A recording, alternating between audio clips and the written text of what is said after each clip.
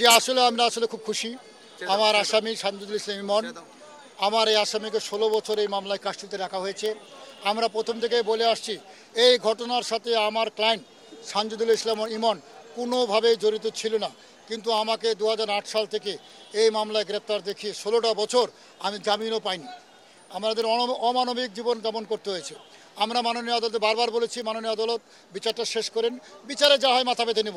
আজকে আমরা এই জন্যই খুশি যে আমার আসামিকে খালাস দেওয়া হয়েছে এবং আদালত প্রমাণ করতে পেরেছেন, আমরা রাষ্ট্রপক্ষ আসামি পক্ষ থেকে প্রমাণ করতে পেরেছি যে আসামি ইমন, সানজিদুল ইমন ঘটনার সময় উপস্থিত ছিল না এবং তাকে যেসব কথা বলা হচ্ছে তার কোনোভাবেই সে এই মামলায় জড়িত নয়। এই জন্য মাননীয় আদালত আমাদেরকে বেকসুর খালাস দিয়েছে, এই জন্য আমরা খুশি। এটা হলো পুলিশের ভাষ্য চার্জশিটের, কিন্তু আদালতে এসে সাক্ষ্য প্রমাণ না দিলে তার কোনো দাম নেই। আদালতে এসে বলতে হবে, সেকশন 3 এভিডেন্স অ্যাক্ট, আদালতে এসে সাক্ষীকে বলতে হবে।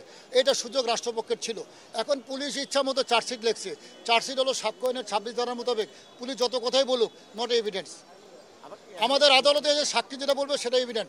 আদালতে রাষ্ট্রপক্ষ থেকে সাক্ষী যতটুকু এনেছে তারা কেউ এই ঘটনার কিছু বলে নাই এবং তারা সাক্ষী দিয়েছে, তারা হলফ করে সাক্ষী দিয়েছে এবং তাদের ফ্যামিলি মেম্বারই অনেকে সাক্ষী দিতে আসে না। তো এই জন্য কি যাদের ফ্যামিলির আত্মীয়স্বজন মানে তারা যদি সাক্ষী না আসে, তো সেই জন্য কি আদালত বসে থাকবে? দীর্ঘদিন মামলাটা সর্বোচ্চ এবং এটা প্রাধান্য মহামান্য সুপ্রিম কোর্টের আদেশ অনুযায়ী এই মামলাটার বিচার কার্যক্রম দ্রুত নিষ্পত্তি হয়েছে। কারণ আমাদের ঢাকা শহরে এই একটা মামলায় ছিল দ্রুত বিচার ট্রাইব্যুনাল হওয়ার পরে, এটা 2003 সালের মামলা, কিন্তু এটা মামলা বিভিন্ন কারণে রাষ্ট্রপক্ষ সাক্ষী না আনার কারণে, ব্যর্থতার কারণে আজকে না, এটা বলা যাবে না, এটা আদালতে ফাইন্ডিং দিবে। আমি আমার আসামি খালাসপ্রাপ্ত হয়েছি, এই জন্য আমি খুশি এবং আমি বারবার বলার চেষ্টা করেছি যে এই মামলা আমার আসামি সানজিদুল ইসলাম ইমনকে এই ঘটনার সাথে সে জড়িত ছিল না।